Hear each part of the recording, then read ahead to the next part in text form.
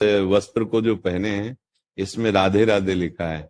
यदि आप इसे जन साधारण बाथरूम में धोएंगे कभी तो ये राधा नाम की धोवन जाएगी, तो इसमें ठीक नहीं है। तो आप कृपा करके इसको कभी धोइएगा नहीं। आप वैसे तो हम ये प्रार्थना करते हैं कि ऐसे लिखे हुए वस्त्र मत पहनिएगा, क्योंकि कभी आपने अगर ऐसा किया कि धोया तो जहां हम लघु शंका करते हैं वही राधा नाम का, तो राधा नाम सिंहासन में भी विराजमान है, हमारा हृदय हमारा प्राण है, तो नाम का धोवन बाथरूम में जाएगा ना, तो इसलिए बैठते समय भी पीछे आएगा। हाँ, अब जैसे आप हाँ ऐसे बैठे तो राधा नाम के ऊपर बैठ जाएंगे, पीछे का हिस्सा है ना।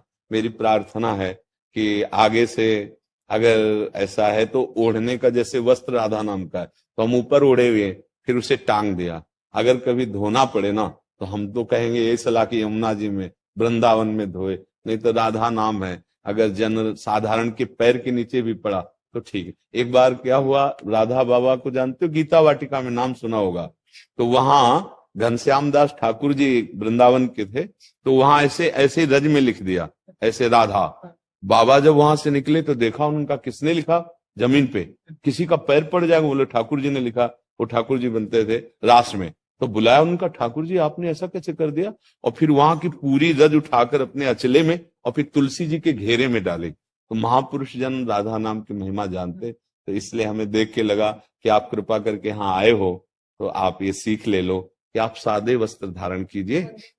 हाँ, ऐसा मतलब किसी भी नाम पे, जैसे हाँ, कोई राम नाम या कृष्ण नाम हरि नाम जो भी है ना, अगर हम दुपट्टे में है तो चलेगा, दुपट्टा ओढ़ लिया ना फिर उसे सम्मान से टांग दिया, लेकिन हम उसे बाथरूम में नहीं धोएंगे, क्योंकि नाम विराजमान है। हम जितना नाम का आदर करेंगे उतना ही नाम हम पर कृपा। हमारे से एक और इसमें आजकल ठाकुर जी राधा कृष्ण की छवियों वाली टी शर्ट्स आदि भी डालते हैं लोग, उसको भी सेम वैसे हम भावते ही करेंगे कि जैसे हम छवि को भी तो सिंहासन में विराजमान करते हैं, हम मान लो राधा कृष्ण जी की छवि बनी है और हम उसे ऐसे धोएं तो नाम और रूप तो बात एक ही हो गई ना। आजकल क्या है, लोग अपने सामान को बेचने के लिए ऐसे नाम प्रभु के रख देते हैं, अब या कार्ड में नाम छपवा देते हैं, या अब ये उनको ये पता नहीं है कि इसको कार्ड, जो निमंत्रण कार्ड में नाम बनाया, प्रभु का रूप बनाया, वो उसे डस्टबिन में फेंकेगा, फेंका जाता है ना।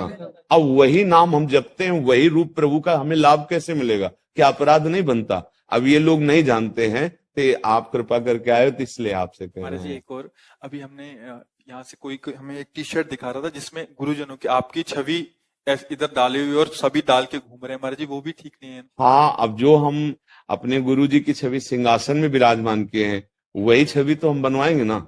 अगर वो छवि का हम उतना आदर अगर पीठ में है तो कैसे, अगर हम वस्त्र में छाती में भी रखे हैं तो देखो सब चीज दिखाई थोड़ी जाती है। ये हमारे गुरु जी है, ये राधा नाम है, ये हम अलग से अपने और छुपचाप छुपा के ऐसे, ये प्रदर्शन की थोड़ी वस्तु है। तो हम अगर गुरुजनों की छवि पहने तो ये है, अब हम इसे धोएंगे थोड़ी, ये आजीवन हमारी छाती से लगे। अब कपड़े पे तो मतलब उपहास समझो ना, जैसे पोस्टर में छपा दिया, नाली में फटा गुरुदेव का पोस्टर पड़ा है, उसी गुरुदेव को हम सिंहासन पे विराजमान किए और उन्हीं का तो हमें लगता है कि यही हमारी भक्ति नहीं होने देते। जो ये गलतियां है ना, ये हमारे अंदर भक्ति का रंग नहीं आने देते। तो ये सब आपकी जैसे भावना देखी ना, तो इसलिए हमें मन आया कि चूड़ी को भी राधे राधे वो भी पहने या नहीं।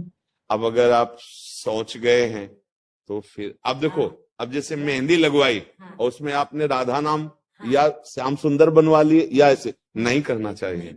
जैसे आपके हाथ हैं, अब आप प्रातःकालीन अपनी नित्य क्रिया करते हैं तो फिर दोनों हाथ, अब उसी में नाम लिखा हुआ है, तो यही बुद्धि को भ्रष्ट कर देते हैं, लोग समझ नहीं पाते। तो सत्संग के द्वारा इसी का सुधार किया जाता है, तो आप इस पर ध्यान